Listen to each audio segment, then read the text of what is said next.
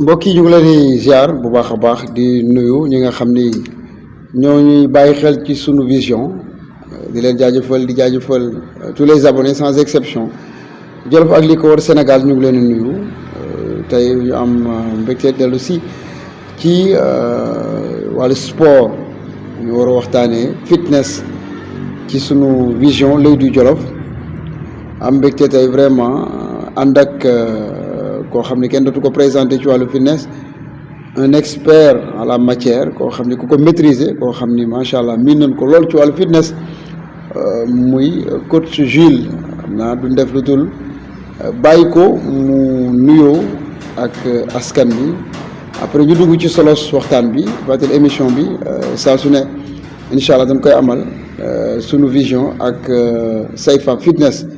di jaajëfal bu baax a baax ñi nga xam ni ñoo fi nekk ci salle bi ñi nga xam ñoo koy administré ñi nga xam ni vraiment ñoo ci nekk di yëngu di leen jaajëfal di leen ziar bu baax a baax c'est un plaisir vraiment sunu vision ànd ak Seyfa fitness ci wàllu sport ci wàllu fitness coach Gilles maa ngi lay nuyu di la ziar bu baax a baax a baax. ñu ngi lay fay DJ Jo di nuyu waa Daara yëpp di sargal aussi sunu vision ndax initiative bi mu def nii lu mag la. macha allah une télé web au niveau de Daara moom c'est une initiative à saluer quoi. di féliciter de passage aussi Aïssa Daara si montée bu ñu jugee. macha allah parce que résultat travail bu ardent la woon. te ñëpp si jàpp population bi suñu autorités yi ñëpp ñoo si jàpp.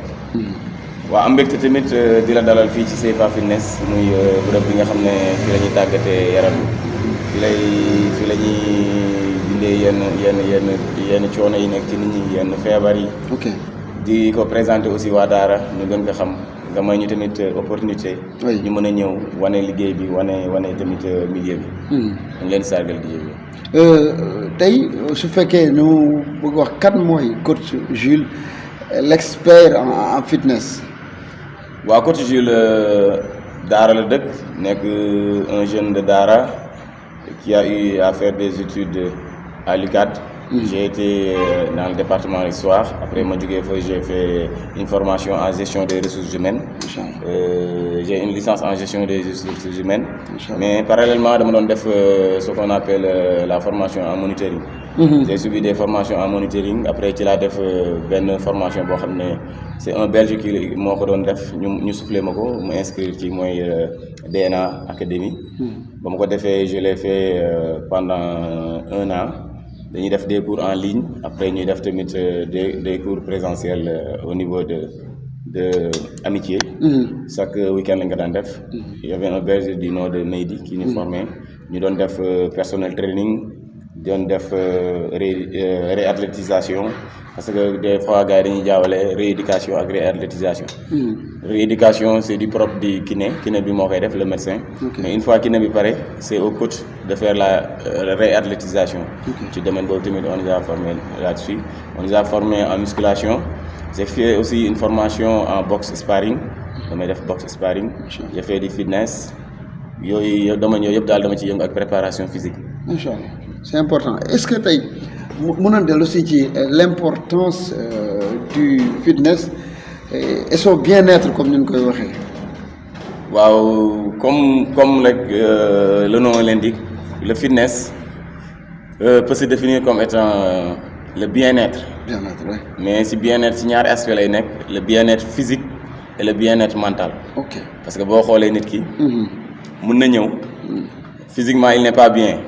nga fexe ko ba mu atteindre un physique bi nga xam ne du ma wax la parfait mais au moins dina ko satisfaire. mais aussi problème yu àdduna yeeg problème mu kër yeeg problème mu société bi dina la indil des fois ay problème mental. léegi fitness bi tamit dina la permettre nga dissiper ces problèmes là. comme l'anxiété et stress. affaire yooyu moo tax il se définit comme étant le bien-être physique et mental. Macha Allah c'est tellement important mais aussi bëggoon nañu xam aussi pratiquement fitness lu muy def ci doomu adama su ko yàggee di pratiquer c'est important aussi. waaw comme lu ñuy wax rek mooy xam nga on a différents types de clients. ok. des fois nga am un client bi nga xam ne il n'a jamais pratiqué le sport. kooku du bokk ak un client bi nga xam ne. c'est un confirmé. kooku duñ bokk programme. léegi nag ci biir fitness dafa am ay pàcc yu ci nekk. pàcc yu bëri am na des cours collectifs. ñuy wax comme fitness bi ànd ak des chorégraphies. genre danse la ñu mixé ko ay quelques mouvements. pour permettre à tout un chacun nga mën ko. pratiquer ko sans mu gaañ la. parce que day amaale benn partie boo xam ne day ludique. day doon partie boo xam ne c'est un peu dalay foloo reetaan loola. mais tout le temps ngay defaale ay mouvements yoo xam ne dalay permettre nga atteindre un physique bi nga xam ne day parfait ci yow. kooku nag képp kuy débutant mën nga ko def mooy comme fitness yi ñuy wax de manière générale ay cours collectif lu ci mel ne ay aérobie bâton aérobie plein air ay step genre yooyu mais am na ay concepts yu gën a kawe yi nga xam ne li ñuy wax les body combat am na benn entité bu ñuy wax les Smiths ñoo ko créé dañuy def ay body combat body attaque mais loolu c'est pour les plus confirmés quoi. Mais ku nekk am nga sa place ci fitness parce que boo ñëwee dañuy déterminer déjà sa objectif. ban objectif nga am yow mi ñëw salle. ba pare ñu ci biir objectif bi ñu wax la nga tànn yow ban genre fitness ngay bëgg a def. boobu tamit ñu doog laa planifier un programme bien déterminé. programme bi nan lay demee par exemple. waaw de manière générale fii. on travaille du lundi. au vendredi. du lundi au vendredi léegi pour loolu léegi le samedi et le dimanche ñu permettre nit yi ñuy mën a récupérer parce que corps bi boo ko sollicité de trop. li nga ci bëggoon doo ko am. day mujj les muscles vont stagner suñu stagner dootuñu développer. ba pare bon. pour muscle mën a am benn développement foog muy am un temps de récupération. te temps de récupération boobu nag da ciy am solo moo tax au moins ñu jox leen le samedi et le dimanche. ñu mën a permettre seen corps. mën a régénérer wu. muscle yi mën a noppalu pour nga mën a gën a am beneen sensation boo ñëwee le lundi. c'est important fitness ñëpp mën nañ ko def.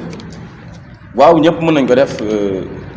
La personne normale, la personne atteinte de maladies, comme les maladies cardiovasculaires, ñu am AVC yi bu bañ demee seen kidney ba ñu commencé retrouver seen mobilité léegi mën nañu ñëw nag def lu ñuy wax réathlétisation. Comme pour mu gën a yomb ci comprendre mooy man nga am un élément X bi nga xam ne dafa am AVC. am problème yëkkati loxoom yëkkati tànkam yëkkati mën a déplacé wu kiné bi bu ko defalee traitement. ba mu retrouver cette mobilité léegi.